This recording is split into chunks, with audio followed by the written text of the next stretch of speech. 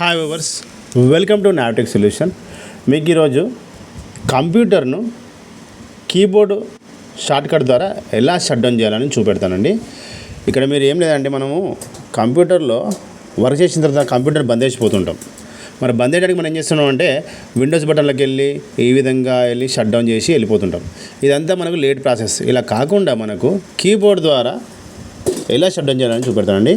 మీరు ఏం లేదు, కీబోర్డ్ మీద విండోస్ బటన్ ప్రెస్ చేసి ఎక్స్ అనే బటన్ ప్రెస్ చేసి రెండుసార్లు యు అని టైప్ చేయండి. చేయగానే మీకు కంప్యూటర్ అనేది ఆటోమేటిక్గా షట్ డౌన్ అవుతుంది.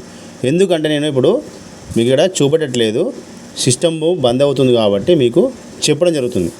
మీరు ఏం చేయాలంటే కీబోర్డ్తోని కంప్యూటర్ను బంద్ చేయాలనుకుంటే, షట్ డౌన్ చేయాలనుకుంటే విండోస్ బటన్ ప్రెస్ చేసి వదిలేయాలి. విండోస్ బటన్ ప్రెస్ చేసి వదిలేయాలి. ఎక్స్ రెండుసార్లు యు అని టైప్ చేయండి.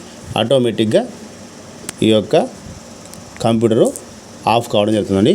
ఈ వీడియో కనుక మీకు నచ్చినట్లయితే లైక్ చేయండి, షేర్ చేయండి, సబ్స్క్రైబ్